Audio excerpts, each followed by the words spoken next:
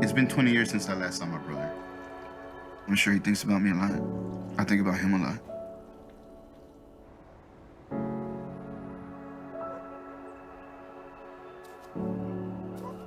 Cuando hablamos por video, cuando hablamos por llamada, se desarrolla aquel sentimiento, aquel lazo hermoso, pero la distancia es cruel.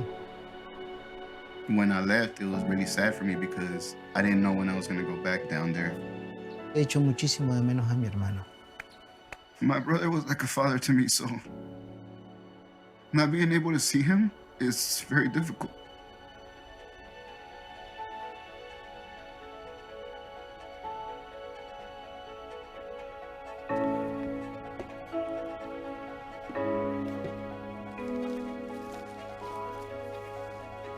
In the Latin American culture, physical touch is very important.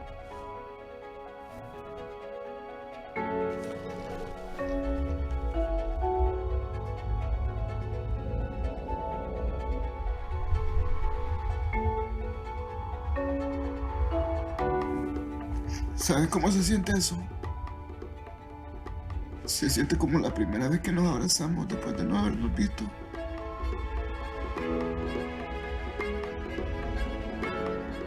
To be able to feel his hug again today, yeah, it took me back to 20 years ago.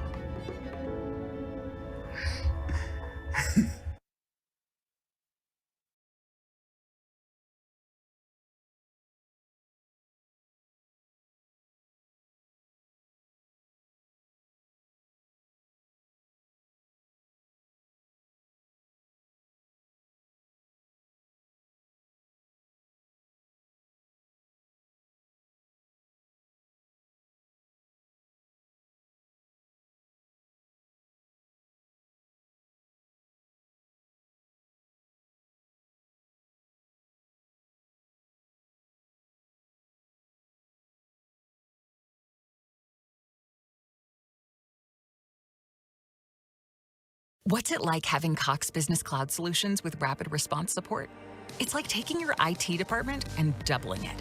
Because with our experts backing yours, managing time-consuming tasks is now actually manageable. When Deborah clicks on a link she shouldn't have, Kate's there to help. When Javi needs to access his desktop in the cloud, Carla makes it happen securely. And when Rich needs to focus on the big picture, there's a team he can count on for the rest. Cox Business Cloud Solutions, the experts your experts can trust.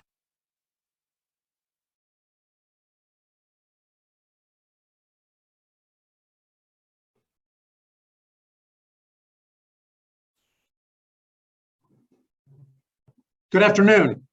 I'm Bob McKenna, President and CEO of the Virginia Peninsula Chamber, and I'd like to welcome you to the latest event in the 757 Vision Eyes on the Future series. We're hiring workforce development in the 757. This series has been focused on efforts that support our region's recovery from the pandemic response and our future economic development. The Hampton Roads region and the peninsula specifically is home to many amazing assets as a great place to live, work, and play. The purpose of this series is twofold. First, to raise the level of awareness of our great assets, and two, to discuss how we can best take advantage of those assets to reignite the energy, optimism, and sense of collaboration that were present before we ever heard of COVID-19. Today, a very knowledgeable and talented panel is going to discuss an issue most critical to our economic development efforts: workforce development. Attracting, developing, and retaining talent are critical to our future growth and to making Hampton Roads all it can be. Our panel and moderator know a little bit about this topic. Please listen, learn, and participate. There will be time at the end of the panel discussion for questions from the audience. You can use the Q&A box, not the chat box, for questions. Before we get started, I would like to thank today's presenting sponsor, also our series sponsor, Cox Virginia. Cox is a highly valued partner of the Chamber, and their sponsorship for these events make it possible to offer them at no cost. And before I go any further, is Barrett Stork on? I don't think he's on, so I don't have to introduce him.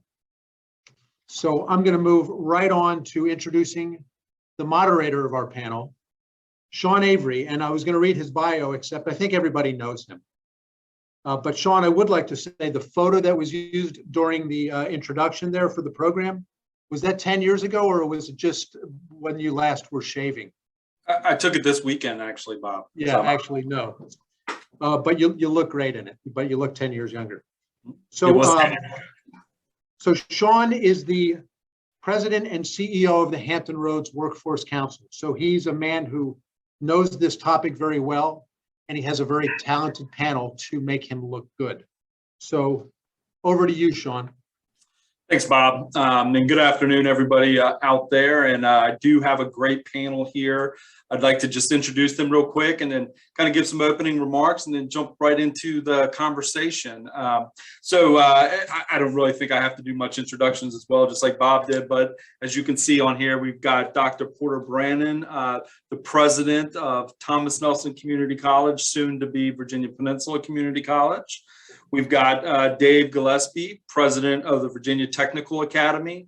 And we've got my friend Casey Roberts, executive director of New Horizons Regional Education Center. So good afternoon, great panelists on here. So I'm just going to kick it off just with a little background on why we're here today. Like Bob mentioned, I'm Sean Avery. I get the pleasure of working at the Hampton Roads Workforce Council, which is the regional workforce development organization that's really tasked with making sure we've got the workforce here in the region to be successful. And I'm joined today by experts in the field of workforce and education. And I know that they're going to provide all the answers that we need to help solve the workforce issues facing our region today. So no pressure, panelists, okay? We'll see how the questions go as we move forward, see how you do. But I don't have to tell anybody on the panel or Bob or anybody that's in the attendee, we are in some serious unprecedented times right now when it comes to workforce development and the talent that we have in our region. We have low unemployment rates. We're hovering around 3% in some areas, which is fantastic in normal times. But at the same time, the problem is we have very low labor force participation rates. And we have many unemployed or working individuals who are underemployed that are working multiple part-time jobs. And so tack on that low birth rates at the turn of the 21st century that have decreased the number of available workers now, and then the broadening skill gaps that we have in our workforce, we're facing some challenges. But I'm definitely staying up at night thinking of how we're going to do that. And I know the panelists here are really got some great solutions to help solve that problem. That was a little grim. I hate starting off presentations on a grim note, but it is not all grim. Actually, at the Workforce Council, we're working hard to close this gap between the needs of business and industry and the available talent in the region. We recently just launched our Let's Go to Work campaign, specifically with this effort in mind, around getting people to understand the opportunities that are out there, both in employment, but educational opportunities, and getting them back in the workforce or get the skills needed to make a change. Through TV and radio spots, billboards, bus ads, etc., we are really starting to see a difference. Our numbers are going up in our centers. Our participation in job fairs are way up. We had one a couple weeks ago on the Virginia Peninsula that way exceeded our expectations. And we're starting to hear that jobs are being filled, but we've got a long way to go and we cannot do it alone. Each one of our panelists today are playing a part in that solution. And with that being said, I need to stop plugging what the Workforce Council is doing and really start being a moderator for today. So with that being said, I'm going to start off with one of my best partners out there right now, although Dave, Casey, you're both great partners as well. But Dr. Brannon, you're at the table with us every step of the way. First of all, I've got to say you came to the region at the worst possible moment during a pandemic. You should have picked another time, but you've really kind of stepped up as a partner to really help us figure out how we can change the time. So my question to you is, what is TNCC, again, soon to be Virginia Peninsula, up to, and what makes your organization unique in the workforce development arena? Thank you very much, Sean. And I have to tell you, this is the best time to be in the region. If you love challenges the way I love challenges, there's no more exciting time, I think, to be in our region. And I think we're lucky that our region is growing. We're a thriving community. There are many other parts of the Commonwealth, where they're losing citizens. And we're in a really great area, opportunity-rich area. And I think that's one of the best things about being in this region at this time. And what I would share is not just Thomas Nelson in general, but the Virginia Community College systems are working together to figure out how are we going to address the fact that, like you said, we have a 3% unemployment rate, but still 3,000 vacancies exist across the Commonwealth. I will share, I'm in Richmond today, meeting with the governor, who has brought all of the college presidents together to say, how are we going to address? I share that because this has gotten the attention, right, of everyone in the Commonwealth. And so I want to share that it's not just the community colleges, but all the colleges in the Commonwealth are working with our governor and local legislators to figure out how are we going to help solve the problem, this talent gap and the skills gap that we have. One of the things that the community colleges specifically are doing is really making education and training more affordable and more accessible. So I will share the point you made is that we have a number of people who we serve that are working multiple jobs. And so our folks are not necessarily unemployed, they're underemployed. And so the cost of getting upskilled or reskilled is not just the cost of tuition, which is, many of you know, between our G3 programming, Fast Forward, Fantic, grants and scholarships, we can make a community college education close to free for most of the learners that want to come our way. But the cost of education is really, can I find high quality childcare, reliable childcare? Do I have a reliable car? Do I have to give up food this month if I want to pay for my books? And so one of the things that the community colleges are doing to make education and training more accessible is really making those other life commitments, making sure that our learners don't have to choose between getting the book that I need for this cybersecurity class or groceries for the month. And unfortunately, in higher education, books are still as expensive as they were when I went to school. And so in addition to having online programming so that it meets the life commitments of our students, students don't have to come to school, they can learn online. But the other thing that we're doing, Sean, is something that the governor charged us with this morning is like thinking outside of the box. And so our high school population has peaked because of the birth dearth. The bodies were not born. And so we can't continue going to the same well, hoping to fill the bucket in the ways we used to. And so we're looking at the adult learners who left us before they earned a credential, adult learners who want new skills. We're working with our regional jails to figure out how we help those who are transitioning from incarceration. And at the same time, we're figuring out how can we get English classes and other classes to the officers in those jails, looking at those who are differently abled. And so identifying different populations to serve and making the ability to attend a community college affordable through many of the grant programs and scholarship programs that we have are just a few of the ways that we're making education and training affordable, accessible, working with partners like you and with Casey. I won't talk about the CCWC now, but we're attacking this from multiple points because there is no one size fits all solution. And so one of the things that we're doing is just being very nimble and taking advantage of every opportunity that presents itself. Great, thank you. You mentioned the great target audiences that you're working with. Some of the products that I know that you're able to solve, most people think of the 2-year degrees or the 4-year degrees, but you really have a lot of short-term training programs that you're offering. Could you touch a little bit on some of those short-term classes? Absolutely. And they're not just, some of them are in the skilled trades, right? So like a facilities management, HVAC and welding. Some of those are short-term, anywhere between 1 semester and 16 weeks. You can get a credential and learn a skill that would get you into a very high-paying job immediately. But also things like career studies, the Academy of Justice, traditional liberal arts programs or human services programs. And so we have a wide range of short-term programs that are as little as 12 credits to 30 credits. So in as few as 6 weeks to 16 weeks, we can get someone onto a new career in very high demand and high wage jobs. And whether you have 2 weeks, 2 months, or 2 years, there's a pathway at Thomas Nelson for you. And so skills trades are in high demand. Welding, we can't put enough welders out into the field, HVAC, electrician, technicians, and things of that nature, but also cybersecurity, early childhood education, and human services. So we span the wide spectrum of educational and training opportunities that not only are very attractive, easy to get through, and also they have job opportunities waiting for them at the end of the program. Absolutely. Absolutely. Well, you led directly into both David and Casey very well. So Casey, I'm going to start with you. I've always said, and you know this, I tout New Horizons and say you're one of the best kept secrets, especially on the South Side, since you're not on the South Side. But Casey, tell us a little bit about New Horizons and what makes you unique to the workforce development arena. Sure. And thank you for having me today. So New Horizons is a regional collaboration with the 6 school divisions on the peninsula, from Hampton all the way up north to Waynesburg, and even over to our partners on the Middle Peninsula, Gloucester. We are also working with Isle of Wight with our governor's school. So what we do, we have 7 different programs at New Horizons. Our flagship program is career and technical education, where we have 25 different high-tech career and tech programs that feed from 23 high schools on the peninsula.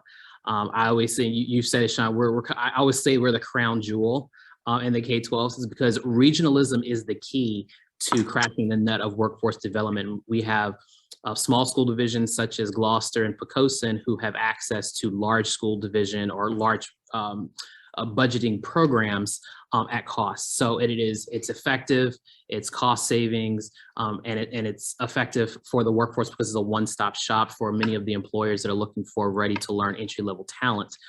We also do other things from gifted education, special education, but for today's panel, I'm going to focus on career and technical education.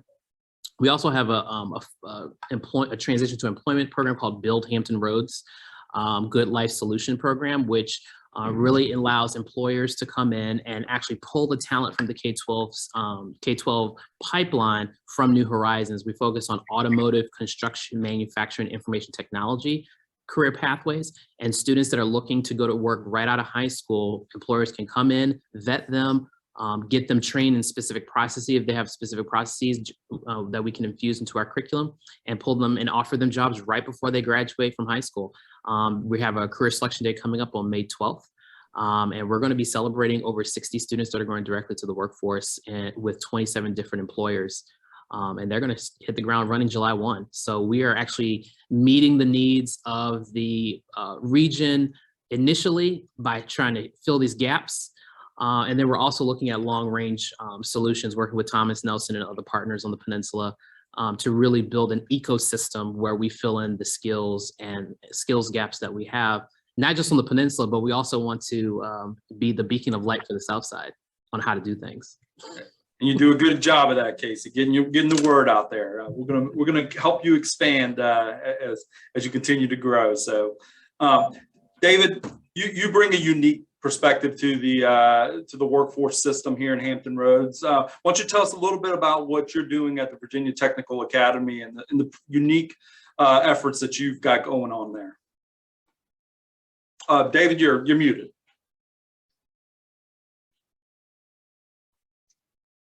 I appreciate the introduction, Sean. I'm the new kid on the block, if you want to look at it, Virginia Technical Academy. We've actually been around for about 4 years prior to the pandemic, but we just moved into a new facility here on the city center area on the peninsula. And with that said, our grand opening was shut down on the day of the pandemic when the whole state shut down. So we were able to take all the students, and what we deal with is the construction trades. And going back to the foundation, as when everybody was being unemployed, the construction trades were still out there working and making a living to keep their families running, and because everybody still had problems. So I focused on the construction trades of electrical, heating, air conditioning, plumbing, appliance repair, and building construction, property maintenance type work, sheet rock and 2x4s. So what my focus is the students that I know, New Horizon, they say they take them from the high school out, and also Thomas Nelson from the high school. I focus on the ones that are falling through the cracks, the ones that did not finish high school, the ones that we're doing second chance program with the juvenile detention centers, the ones with the going to the bigger houses, jails and stuff, and getting work. Within our first year, we actually was able to take 250 students and put them back into employment from $18 to $25 an hour. So there is a big need out there. So we have been able to graduate and take the time. We do pre-apprenticeship programs. And then we also have accelerated classes for contractors that are wanting to advance their training and be able to take their individuals on a shorter pathway. So we do 180-hour courses, we have 80-hour courses, and we have 30-hour courses. So within 6 weeks to 12 weeks on your first levels or second level of training, we have 155 contractors that have sponsored us, and we have private job fairs for our students, and we have a 98% employment rate right now. So to talk about what the 757 is all about, and that's putting people back into jobs, employment, and securing their careers. So that's what Virginia Technical Academy is all about, is looking for the ones that have fell through the cracks. They're looking for a second opportunity, and also those that did not graduate from high school yet, but they were one reason or another. Everybody has a reason why they couldn't finish high school, or they got frustrated and they didn't go into the career path of the high technologies. They're going to the colleges. We are looking for those students to go get them a second opportunity in life and to provide for their families. And like I say, we've had 198% success rate right now on employment, and which gives us, for 250 people during the pandemic, I thought that was pretty good. And we are graduating now, looking at another 85 students this semester. And we already have, most of them already got employers that are going to be taking them into the job workforce and signing them up on apprenticeship programs, because that's the key. It's not just signing them up and we're a pre-apprenticeship program to get them their trades. It's about the contractors signing them up to continue their education and letting them advance into the construction trades. So that's a little bit about us. Just a little the opportunity. Yes, thanks, David. Everybody out there, you get kind of unique perspective on each one of them, but as you hear, they all play a piece in this pie that's really our workforce and educational system here in Hampton Roads. Dr. Brennan, I know you've only been here for a little bit. You haven't been here pre-pandemic, so you don't know what we were hitting before, but you've come from a college in North Carolina. You were in the system. You know what it is. What are the unique challenges that we are facing now, and how, if at all, is that different from the challenges you faced before the pandemic? Thank you. And it's interesting. In the last, I guess, 10 years, I have been in 3 different states, one very urban, northern in New York City, North Carolina system in a rural area, and now here. And can I tell you, the challenges have been very similar, even 10 years ago. I mean, interestingly enough, 10 years ago, employers were very concerned with the skills gap and the lack of resources. And so that is something that is not unique, is that this is an ongoing conversation. I think we have hit critical mass here, where the amount of opportunity, the amount of vacancies are greater than they've been before. The baby boomers who are retiring or who are leaving work early. And then you have the millennial population who are thinking quite differently about work, right? About the type of work, and are demanding more from employers than maybe our generation had. And so I say this often, that, when I was a young person looking for work, you wanted to be a responsible adult and you wanted to have a job with benefits, but a lot has changed. A lot of our millennials, and when I say millennials, I mean 30-year-olds, they're looking at folks who are our age who maybe accepted positions because we wanted to be responsible adults, right? But our quality of life or that work-life balance is not what the younger population is looking for. I think those are some of the unique challenge that we have to address, that those we are looking to attract want something different out of the workplace than we may have wanted. They want their work to sort of reflect their values. They want the option to telework and things of that nature. Many of our young people can stay on their family's insurance policy until they're 26. And so, you know, the attractiveness of the jobs that we're offering are just not what a new population, the younger population that we're looking to recruit is interested in. I think one of the unique challenges that we have is somewhat generational, that the people doing the hiring, us, right, the folks doing the hiring, what we considered valuable employment is defined very differently than what the younger generation, and when I say younger, not like my daughter's age, who's a teenager, the 30-year-olds, the folks who maybe do have a college education, but have opted out of going into traditional forms of employment because what they're seeking is not what we're seeking. And I do believe that when we are training them, right, in higher education, we're training people for skills. I think we also have to be partnering with our employers to help them better understand, what do you need to do to attract and retain the talent that we are producing, because the salaries are great, but people are no longer finding value solely in the salaries that we're paying. And I think one of the unique challenges is now, how do we make the world of work a lot more attractive to a population who's looking for something other than a good salary and benefits? And I think that's one of the unique methods, unique opportunities that we have to explore as partners in this work. Absolutely. Dr. Brand, you hit it right on the head. I mean, I think I've read a stat that we've got 4 or 5 different generations in the workforce now. It's the first time that that's happened. And I'm a Generation Xer. I think you probably are too, and Casey. We come at it a little different than millennials, and even a little bit different than the baby boomers. And so we all have to figure out how we work together in that effort. David, I see you put your hand up. Did you have a question, or did you hit the button on that? I'm just listening. Okay, gotcha. Well, David, since I called on you, I'll ask you the same questions. I know you started right at the pandemic, but what challenges are you facing right now, different than what maybe you faced or you saw before the pandemic when you were starting to set up your business? Well, one of the bigger challenges is the funding, and I want to thank you, Sean, with the workforce. Has been very generous on a lot of people that we have sent there and able to get them funding. And a lot of them, like Dr. Brandon was saying, that they have a job, but they're such a low income, they're working 2 to 3 jobs. And I agree with that. That's one of our challenges. So we're working with the locals and all the social services and any other organization, the churches and stuff, because they know the community, they know the people, and trying to bring them in. So that is the biggest challenge, and working 2 or 3 jobs. But going back to is the different generations, and we have a challenge in our classes that we do the performance side. It's not about sitting in front of a desk and looking at a PowerPoint and doing all the lectures, because they've had that and they're tired of that. So we've taken each one of the lectures and then they get to go out and demonstrate.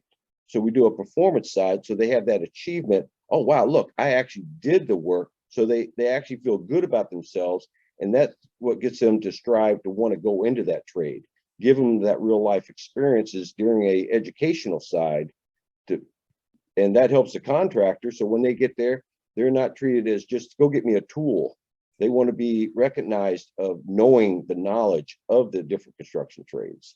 So that is one of the bigger challenges. And with the funding, that's one of the harder aspects, is getting funding for a student. I turned away over 20 some odd students recently because I could not get funding for them because they were on parents' funding. And that was one of the things that they had to move back into their homes and stuff. So trying to bring them with that aspect, parents can't keep affording them, but they were working and then they had to go back to live at home. So funding is one of the bigger obstacles that we're having. Otherwise, we could be filling this classes a little bit more. David, I'll follow up on that question. Just curious, do any employers pay for some of the training that happens at your organization? Yeah. And one of the things is great because I've partnered up with the 155 different employers. We get funding for the student for the level 1 or level 2 program, and we get them a job and have a job interview and do resumes with them. And we actually do mock interviews, and the employer hires them. And then what they do is turn around and fund them for the next 2 or 3 levels to continue their education for the apprenticeship program, so they can actually move forward into their company and up the ladder. So yes, we have quite a few funding that comes through the employer once they see what the talents are and send them back, and they reinvest back into the student. We have some employers do blind and say, if you can find somebody, I'm going to pay for the first 2 levels, and I'll come in and interview them before they go in, just to see if this is the character that they're looking for. And we build that also leadership character into the school as part of the curriculum. Great. That's great to hear. I know the community college has opportunities for that as well with their training. And as you mentioned, we have training dollars. So I know we've got about 40 employers or 40 participants on this call. If any of them are employers that are interested in getting involved in some of their educational programs or supporting some of their students, I know those opportunities are available at the schools that are on here, and we could do on-the-job training. So we encourage you to reach out for those that are on attendees on this Zoom today. Casey, you have probably had some of the most unique challenges with being part of the school divisions. You were closed, or at least the schools were closed a portion of this pandemic. And so, you know, how have you been able to really continue to build the workforce and meet the needs for the region during these really crazy times? It was challenging, very challenging. I always like to go back and when I'm talking to groups of people, I said, how do you teach a welding student how to weld at home? Well, I have a strategy for you. And I will say that my team and my instructional staff here is top notch. They had kids performing welds and explaining how to do welds by welding peanut butter and graham crackers together. Or putting mustard and ketchup on a hot dog and explaining how this weld is different from this weld. So we had to become very creative and turn on a dime. I will say that all 25 of my programs switched from face-to-face instruction to online instruction within 60 days. And we were providing instruction virtually for a good part of that COVID year.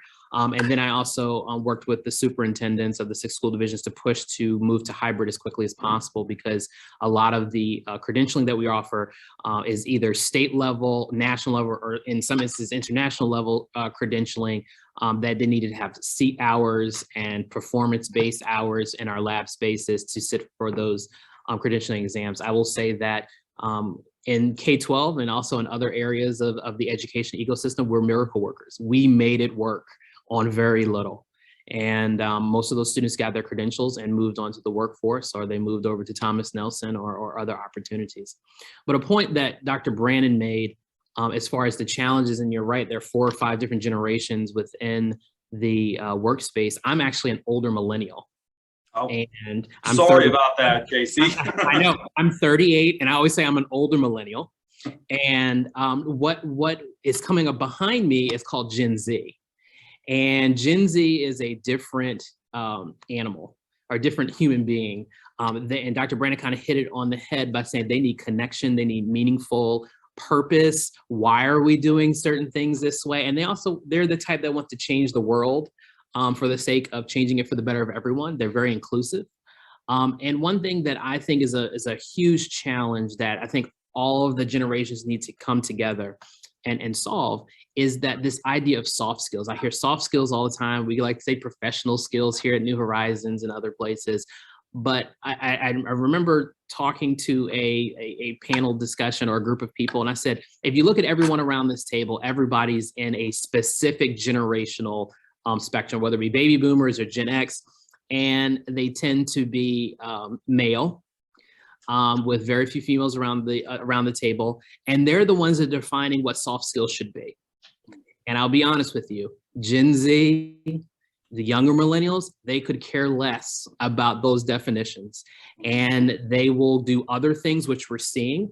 We're seeing an underemployment because they value quality of life over salary and benefits. I was raised old school by baby boomers, and they were like, you're getting the job with benefits, and that's where the money is. So that's kind of where the old millennial and old school come together. but we really need to define with every generation around the table, what do you mean by soft skills? Because telling someone to show up on work on time and wearing a certain uniform or looking a certain way, Gen Z it does not respond to that, because it's like, I can do actually more work at home in front of a computer. If you get out of my way, I can probably do a better job instead of you hovering over and micromanaging me. And this idea of a totem pole, a lot of these Gen Z students can run circles around people at the top of the totem pole. And then it becomes a power struggle. So these are types of challenges. A lot of the challenges are not easily fixed. They're really a clash of values, and we really need to redefine some of our guideposts on how to fill these skill gaps and how to move one generation to greener pastures and one generation into the workforce for a new day, a new age. And we need to do it gracefully. And that's the only way I think that we're really going to solve this overarching issue with workforce development. Right. Well, Casey, you said move people into greener pastures, not me. Okay, just in case anybody says anything about that. And we will definitely let you stay in the Gen Xers if you'd like to. Okay, we'll accept you. Thank you. But you know, all of you overcame challenges and I'm glad you were able to do that, because honestly, employers did not close down for the most part during the pandemic. The shipyards were still building. Manufacturers were still mostly open. David, as you mentioned, construction was still happening, maybe at a little slower pace. And we needed to still be able to provide that workforce. I was still coming into the office. Our centers were pretty much open back up. We all switched to virtual. We had to think on a dime of how we were going to continue that. So it's good to hear you all were able to overcome that. And I think we are still evolving in this process, offering the virtual services still, being able to meet what the employers are needing. And we have to be able to continue to do that and think out the box. So that's great. One of the questions I've had, though, is around recruitment. So again, you know, the big thing that we're looking for now is bodies. We're looking for individuals. Employers are looking for individuals who have the skills that they're looking for now. And it really is becoming are there enough people to go into these programs to meet the employer needs? And so one reason why we launched the Let's Go to Work campaign was to get the word out that these opportunities are here to start to reach individuals that may have not known about these opportunities. And so Casey, I'm gonna just go stick with you real quick. How are you recruiting individuals into your programs?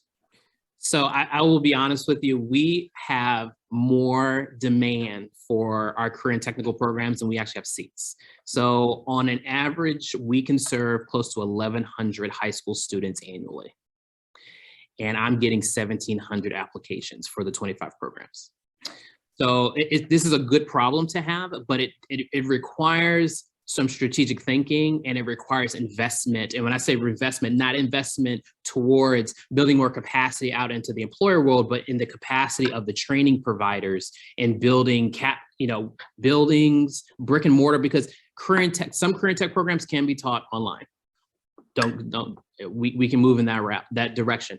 But if you're really going to make a connection with students, whether they be in post-secondary or secondary, you're going to have some performance-based, hands-on, because these are the students, the kids that want to use their hands to create something, and in some instances their minds. Investing into the training providers, I wish I could serve all 1,700 students, and it's only going to grow. Our goal at New Horizons is to get 2,000 applications annually so that we can make it a very competitive process. We're talking about wait lists for vet tech, culinary. Well, I mean, we have 170 applications for welding, but we can only accept 70 students a year. So I always remind the shipyard, hey, you guys are talking about you need all these welders. Well, I have a wait list for welders, but I don't have enough booths. And Dr. Brand, I know you can say the same thing. I don't have enough booths to train people on this conveyor belt of getting them the skills. And what we focus on at New Horizons is ready to learn entry level. You're not going to get someone here that has 10 years of experience. You're going to get ready to learn entry level straight out of the gate for high school and into the pipeline. But again, we go to the 23 high schools. What I failed to mention is that in the evenings, all of our current tech campuses turn into adult ed programming. So we serve 1,200 adults, and we're one of the largest providers of related instruction for the apprenticeship. So these are the students that are getting their level 1 through 4 and the different trades, and then they're going off to get their journeyman certificate while they're working during the day and get their OJT. So we're on both sides of the spectrum. We do the secondary with students that are in high school. And then we also do a little bit of post-secondary with students that are wanting to get their journeyman certificate in one of the construction trades or manufacturing trades here at New Horizons. So recruitment is not an issue. It's really how do we expand our capacity, because we're trying to change the narrative with high school students. Everybody's like, I gotta go to college, I gotta go to college. And now it's easier to get into college, not barring Dr. Brandon's program, but like four-year institutions, SAT scores out the window. So now kids are like, oh, I'm just gonna apply to college because I don't have to take the SAT anymore. Or application fees are waived. And then they end up in this cycle of, 40% of the cohort that goes in to a four-year institution generally doesn't finish the first year, and then they fall out of that system and then fall back into the workforce. So we got to be able to recapture the narrative and say, hey, why not get a trade? A lot of these high-tech trades don't require a four-year institution. Your job should determine the education that you get, not I got to get a college degree and then get a job. It needs to be in reverse. What are your gifts and talents? Everybody has gifts and talents. What are you good at? And that's what we should hone in on instead of saying everybody needs to get on the conveyor belt of college. Right. That's simply not the way. If you want to be a cybersecurity professional, you're going to have to get some entry-level credentialing, and then you need to go next door to our partners at Thomas Nelson. They're going to get you the 2-year degree. And if you want to go into management, you get your 4-year degree, and then off you go.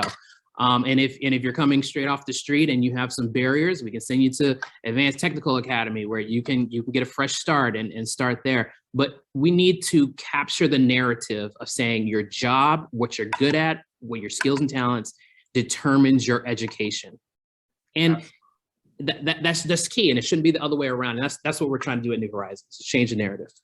Doing a great job of sure. David, same question. I would like to follow the same thing up. What he's saying is, it's not just about the ones that fell through the cracks, but be able to get a pre-apprenticeship education and then be able to get into that workforce. And if you want to go to college after that, then you are able to pay for it. And that was what, when I developed Virginia Technical Academy, was let me get you employed. So that way you're not going to be going into all that debt and stuff and trying to take out the loans, and you still don't know for sure if that's what you want to do. So going into construction trades is the ideal way to pay your own way through a 2-year college degree or a 4-year college degree. Getting students and stuff, I do have some of the struggles. We have been working with a lot of the social services. We've been working with the community because we do the credentialing. I am not part of the Department of Education because I was really concentrating on the trades. But all our courses are DPOR, Department of Occupation Regulations, to get their journeyman's license approved. They're also all approved through Department of Labor for all apprenticeships and pre-apprenticeship programs. And on top of it, they're nationally accredited through the courses that we have to go anywhere in the world if you decide you want to do some traveling and you take a card with you. So they're nationally credentialed. So that was my goal, is to be able to give people an opportunity of choices. And we're in the construction trade, and we have over 30 different courses that are available. If you want to come by, we'll give you a tour and have you go through our catalog and stuff. So, but getting students is going through the local and all the community and with the employers. That's where I'm pulling my students from. Great. Thanks, Dave. Dr. Brandon, same question to you. Thomas Nelson, you've got a nice billboard right there on the interstate. That's got to be a good recruitment tool, but how else are you doing the recruitment? Can I tell you, I have to echo what my two esteemed panelists have said, because changing the narrative has become important. There are plenty of people out there with master's degrees who have put down, right, who are changing their fields, right? Who we are trying to recruit from people who no longer trust that education is as valuable as, right, us Gen Xers and baby boomers said it was. And so the banners, right, and the advertising, we can't keep selling the same message. And so there's two things. One of the things about changing the narrative that I can't say enough about is what Casey said, is that comment about college isn't for everyone, right? Or you have to go to college, like bachelor's or bust. The narrative that we're using to attract new learners is really what Casey said. And it's like, what are you good at, right? What do you love to do? What lifestyle would you like to live? What are you passionate about? And then let us help you you find the education and training that'll get you there. And so it's really not selling education or offering education. We're offering people an opportunity to the pathway, right? Or to the lifestyle that they want to have, because no one's going to sign up for calculus and English, right? Like no one's, what they want is, can I buy a house? Right? Can I send my kids to college, right? Can I pay off my debt, right? Can I live a different life? That's what people are looking for. They're not racing to sign up for physics, but they will sign up for opportunities and pathways to prosperity. And so one of the things that we're doing is having those grassroots conversations in the communities, in the high schools, in the churches, with people about how can education and training connect you to the life that you want for yourself and for your children and your family, because that's a different conversation, right? We're never going to attract the masses. I love physics, by the way. We're never going to, that's not what people are coming to our doors for. They're coming for opportunities. And so being able to offer them opportunities. The other thing that we're doing is really, something that we're going to start heavily doing is tapping into the private sector. David mentioned this, apprenticeships and internships and externships are the best opportunities for our industries to be exposed to talent early, and for the talent, like for our learners, to be exposed to those businesses. And when you have apprenticeships and internships, our employers get firsthand and first sight at the talent, and they get to develop what that talent looks like. And so those are two of the things, changing the narrative of what education truly means, but also seeking apprenticeships and internships and externships for our students and for our employers to make sure that it's obvious that the education and training is leading to a job opportunity. And those are two of the ways that we're going to be looking to recruit more students.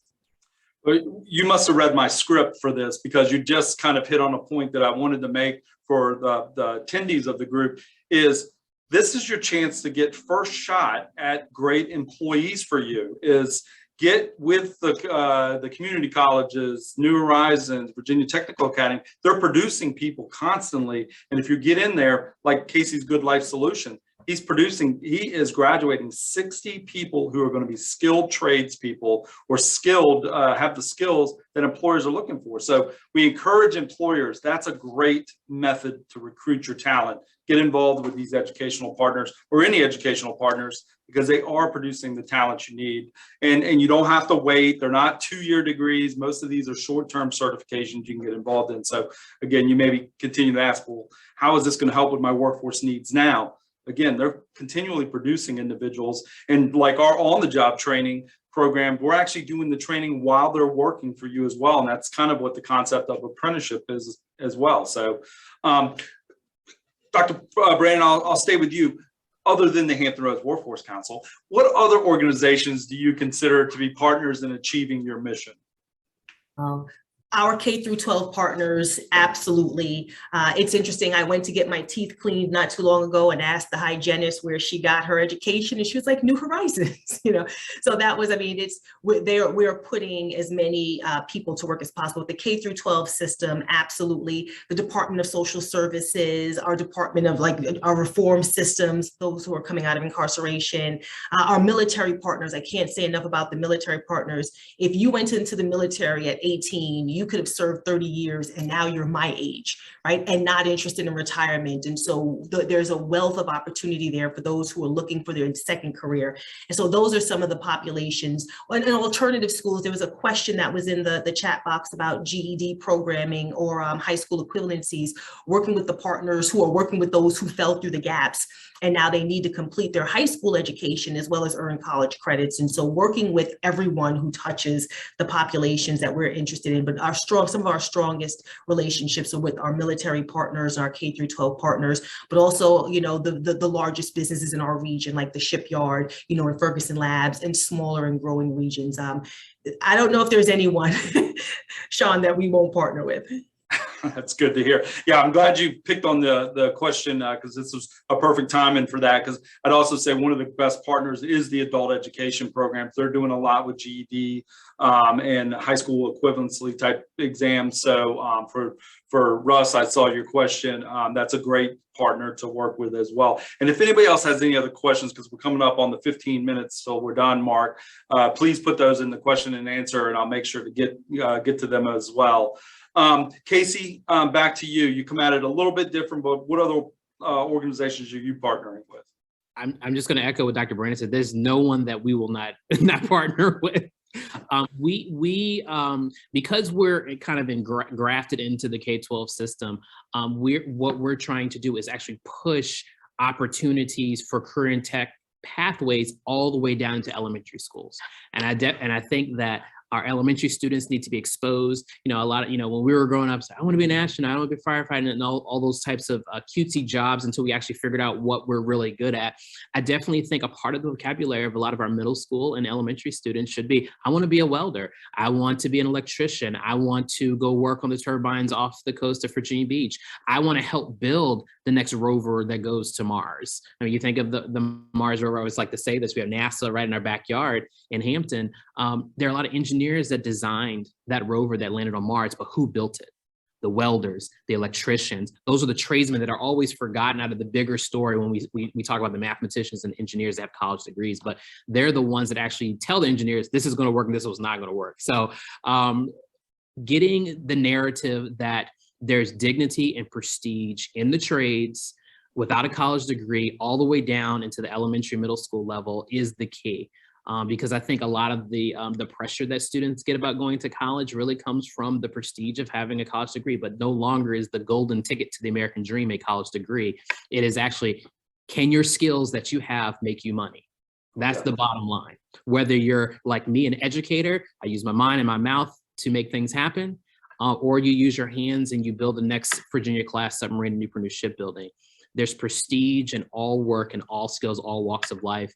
And that needs to be celebrated other than just celebrating who's going to college. So that's, we partner from our outside partners, employers, community college partners, and social services, but we also go all the way down into elementary, middle school to actually change the narrative. Yeah, part of the narratives, the prestige is fantastic.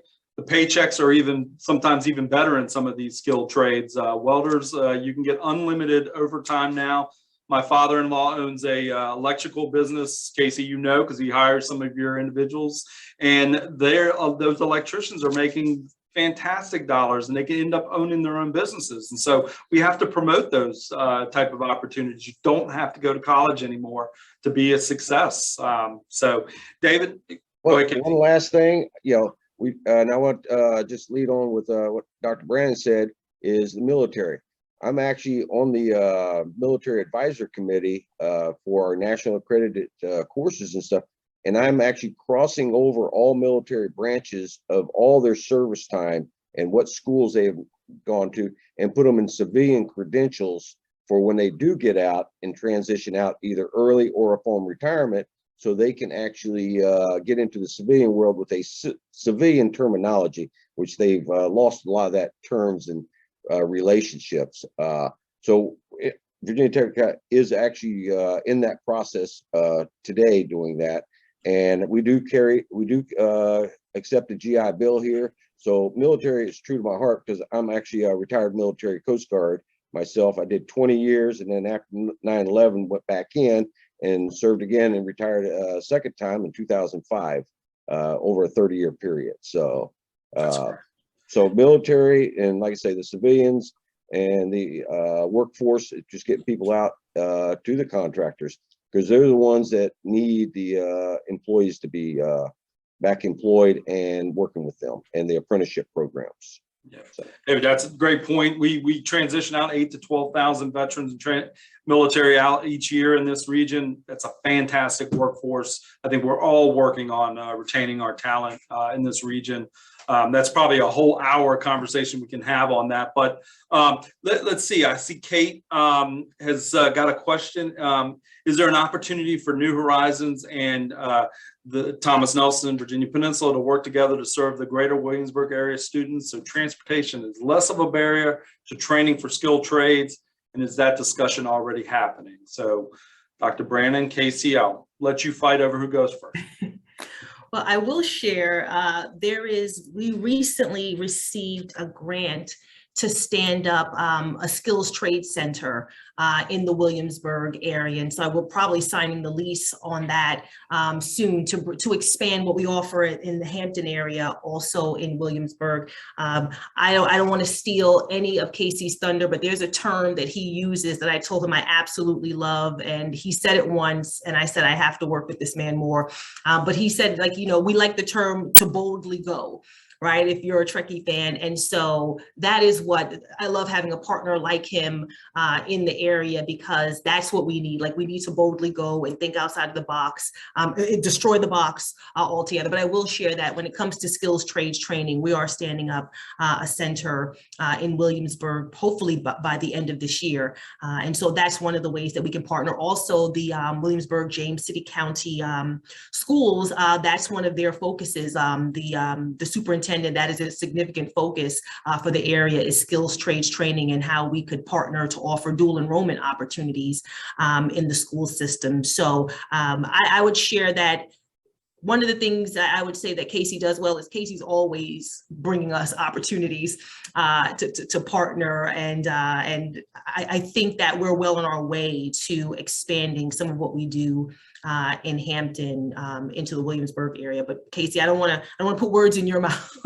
No, it's so refreshing to have a willing dance partner in the workforce development prom, to really kind of build capacity in areas that we really need to build capacity in. I know that we've been attending the manufacturing day in Williamsburg, and I work very closely with Dr. Herron out of the Williamsburg, James City County. She sends a number of students down to New Horizons, but we have identified Williamsburg area as lacking a skills trade site. And so, we have some ideas on how we can address that collaboratively. That's our strength on the peninsula, regionalism, because no one should carry the entire load by themselves. So we have some ideas on how to address those. We're moving some programs from our Butler Farm campus, which is right next to the Hampton campus at Thomas Nelson, up to our Woodside Lane campus, which is in northern Newport News, to really attract or cut the transportation time down for Williamsburg students coming from as far as I think Lafayette is the most northern high school. So working with Thomas Nelson, we're going to have some creative ideations to talk about of how we can expand, not just for post-secondary, but for secondary, to really build that robust regional pipeline that employers love and get the talent that they need. Thanks, Casey. I think there's something that, Casey mentioned that we're also looking to do when it comes to transportation. We take the position at Thomas Nelson that I can't leave it up to our potential learners to get to us, right? That's almost a Herculean task. And so what can we do to bring things to them? And so, when we talk about welding booths, we're looking for like portable welding booths. Like, we had one student who left Newport News and took a round trip on the bus to Williamsburg, 5 hours a day to get to a class because it was only offered there. God bless him, but he should not have had to do that, right? And so how can we bring the education and the technology to them? And that's one of the things we're also looking at is, I don't know that we could fix the transportation issue, but we could make it so that transportation is not an issue by bringing the resources that are needed to the area. So that's another one of those boldly go areas where we're looking at who's going to help us fund portable welding booths so that no one has to take a bus. Or travel. The price of gas is incredible right now. And so that we don't want to make transportation an issue. So we're looking at how not to fix transportation, but how to eliminate transportation as a barrier altogether. Great. Well, I know we've got 5 minutes. I told Bob I would not let this go over. So in this last 5 minutes, I don't see any more questions. But so I want to give each of you clearly have optimism and excitement for the future. I think we're all kind of seeing that the light at the end of the tunnel of the pandemic. Hopefully things are going to start to change here in a little bit. And I know we all are here to make sure that we're meeting the needs of the employers and the region.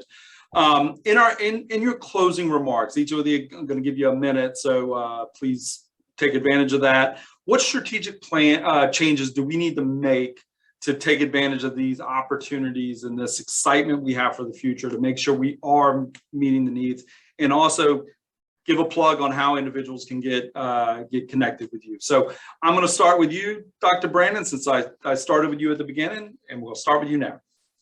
Absolutely. I shared this at the beginning. I'll share again. We are in uncharted territory. There is no map for getting through what we have never been in a time such as this before. And so being unconventional is something I totally endorse. And so I would say it's a strategic plan. Keep it simple, right? Knock on our door. Tell us what you need. Bob, or you will share our information. I am open to partnership. I think that we have to be able to think in ways and operate in ways we have not done before. And so I would say it's a strategic plan. If you have a great idea, if you think it's a great idea, come talk to me. Right. For me, it may be a no, and maybe not a no, but a not now, or maybe I know someone else we need to bring into the room. But I would say strategically, we have to work together. No one of us is going to be able to solve this problem any better than all of us working together. And so I would say if there is an idea that you have, and there's a way that the college and our partners could help advance initiatives that solve the workforce challenges, please contact me directly. We are open and ready to partner. That's great to hear. And I will say too, that we are so lucky to have you here. And I told you that the first day I met you. You really made a change. You're really taking Thomas Nelson to be more proactive and less reactive to the community needs. And so very happy to have you on board. And I will also add that while this is an unprecedented time, there's also an unprecedented amount of funding in the system to help make these changes from G3 to fast forward, from the funding that we receive at the Workforce Council, ARPA funds, and the recovery funds. There's a lot of opportunities to do these out-of-the-box solutions. This is the time, if you've got an idea, bring it up. Let's figure out how we can make it happen. We've got the resources to do those kind of things. David, I ask you the same thing. Strategic opportunities and changes that need to be made to be successful. Okay. One of the things that worked real well, Newport News had the CARES grant for the bringing people, have more available in the local community of the peninsula. Instead of just Newport News, have it to where it's all the way around for all the Hampton Roads area. So you're not just designating people. Like right now, we have a Hampton grant that they've put out, and we have 25, 30 more seats that we'll be filling in September off of that, of residents of Hampton. But it'd be nice to have a more general one that maybe come through the workforce and say, let's open up the grant for all the Hampton Roads area.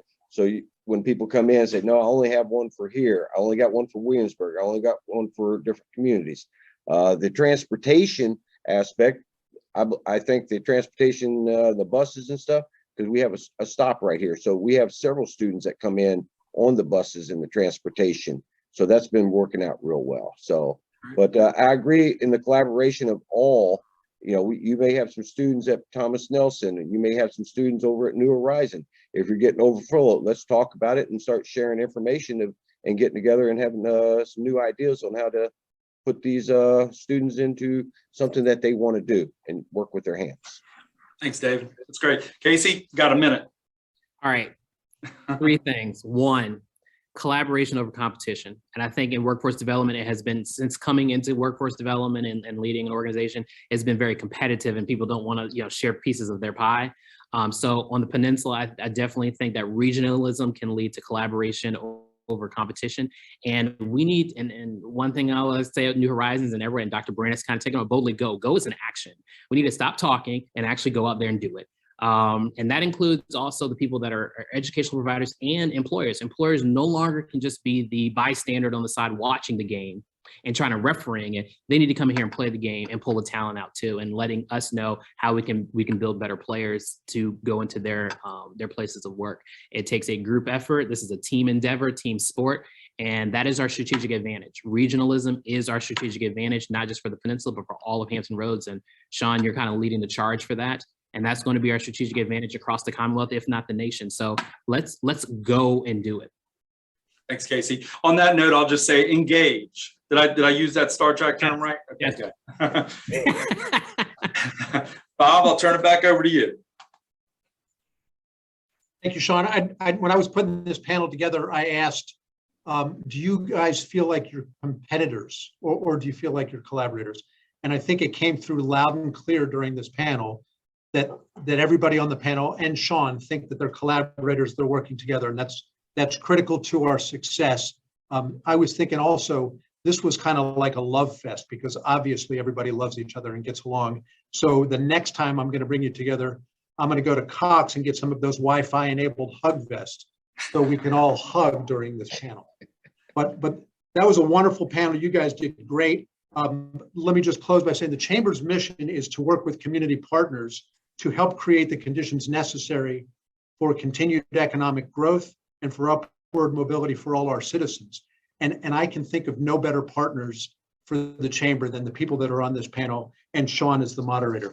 So the secret to the success of this series is great panelists, moderators, and partners, and you guys are the epitome of that. So thanks for being with us today. I know you're all very busy, but it was a great panel. So for everybody else, today's recording will be available on our website later this week. And if you'd like to get a copy, you can just shoot me an email and I can send you a copy, and then you can share it with friends and colleagues and in your offices. So quick PSA before I close. This Friday from 1 to 3 at Tech Center Research Park, we're going to have Spotlight on the Peninsula, and it's going to feature 3 of the clients of Tech Center Research Park, ITA, IV Watch, and Gather. So this is a free event. It's Friday afternoon, so it's the perfect way to come and start your weekend and get in some great networking and learn more about some of the great things that are going on our peninsula and in Hampton Roads. So in closing, I'd like to once again thank Cox, Virginia for making this event possible. And thanks to you all who joined us today, and let's get coffee. And that's it. Thanks. Thank you, Bob. Have a great day, everybody. Take care. Bye-bye. everyone.